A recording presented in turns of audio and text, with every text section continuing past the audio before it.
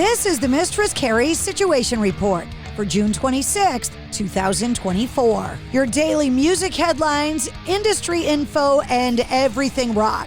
A spin-off of the popular kids' TV show Yo Gabba Gabba, which ran from 2007 to 2015, titled Yo Gabba Gabba Land, will premiere on Apple TV on August 9th. The 10-episode series will feature a number of well-known names in the music world, including Betty Who, Diplo, Thundercat, and Flea from the Red Hot Chili Peppers. The show centers around music, encouraging viewers to sing and dance, as well as showing them life and social skills. The original series of the show featured Mos Def, The Killers, Weezer, MGMT, Solange, and more. Shifty Shellshock, the co-founder and co-vocalist of Crazy Town, has passed away. According to the Los Angeles County Medical Examiner's Office, the musician's cause of death was not revealed. He was 49 years old. Born Seth Brooks Binzer, he met eventual Crazy Town co-founder and co-vocalist Brett Hadley in the early 1990s. The group released their first studio album, The Gift of Game, in November of 1999. Featured on the album was the band's biggest hit, Butterfly,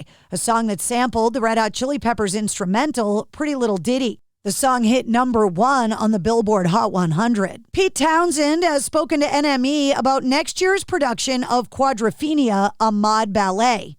The dance adaptation of the band's 1973 album is currently in development and set to tour the UK in the summer of 2025. Saying, quote, "What inspires me is trying to do something that has a slightly more ambitious thread.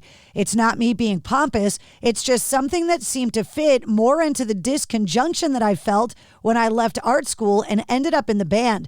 It felt like there was unfinished business for me, which was the art." Post Malone has mapped out a 2024 tour in the United States in support of his upcoming debut country album, F1 Trillion. Consisting of 21 stadium, festival, and amphitheater shows kicking off in September. Tickets go on sale to the general public Monday, July 1st at 10 a.m. Steve Vai is selling 2 of his Ibanez electric guitars to raise money for 2 charities. Both are listed for sale on Reverb. Saying, quote, "I originally sold these guitars in a Julian's auction some years ago to a good friend, Mark Bernstein. Mark started a charity organization in the name of his departed son, the Alexander David Bernstein Memorial Fund for Musical Performance." Gibson have shared details of a new Yardburst 1959 Les Paul Custom, made in honor of guitar icon Jeff Beck. The new model arrives both as the guitar manufacturer celebrates their 130-year musical history on the same day that Jeff Beck would have celebrated his 80th birthday. Paying homage to the guitar that Beck played when he was first put on the map, the iconic 1959 Les Paul Standard that he played when making a name for himself as part of the Yardbirds. Only 130 of the Yardbursts have been made, in keeping with the Gibson 130th anniversary. Each one was made by hand at the Murphy Lab and artfully aged to match the exact appearance of the original guitar model during the guitarist's Yardbird days. Korn have given their approval to a new lo-fi album that reimagines some of their greatest hits. The album, Lo-Fi Chill Vibes with Korn, was released on Friday, June 21st by producer Lonely Boy, who has previously done stripped-down remixes of Taylor Swift, Tupac Shakur, BTS, and Boyz II Men. Kanye West and Donna Summer's estate have finally reached a settlement over the alleged illegal use of I Feel Love on the rapper's Vulture's One album. The copyright infringement lawsuit was filed against both West and Ty Dolla $ign back in February by Summer's husband, Bruce Sedano, claiming the 2 rappers did not have permission to sample the 1977 disco hit on their collaborative album. The late singer's estate saying that they wanted no association with West's controversial history. Ozzy Osbourne has teamed up with Liquid Death to spread a message. Do not snort Liquid Death's electrolyte drink mix, Death Dust.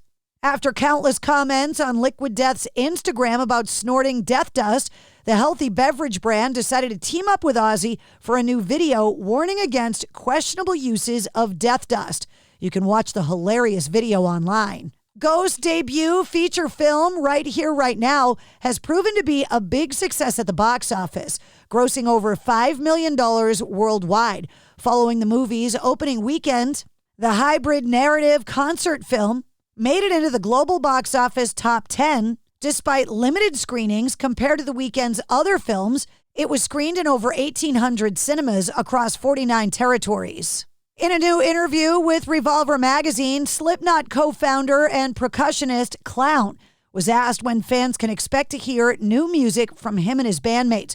He responded, quote, "Well, one thing I can say is there's always going to be new Slipknot music, but we've also said that there is a filter, and we are the filter, and that filter must go through everyone.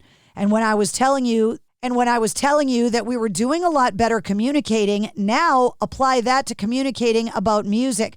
I can say that there's going to be music sooner than you can imagine, delivering it to you in a way you can't imagine." He continued, "And I'm excited because we're not on a label, and there's a lot of dismay with that, and you know what I mean. But there's also a lot of middle fingers with that, and I love it. Come get us, or we'll come and get you." And that's your sit rep. For more details on all of the stories, check the links in the show notes of this episode.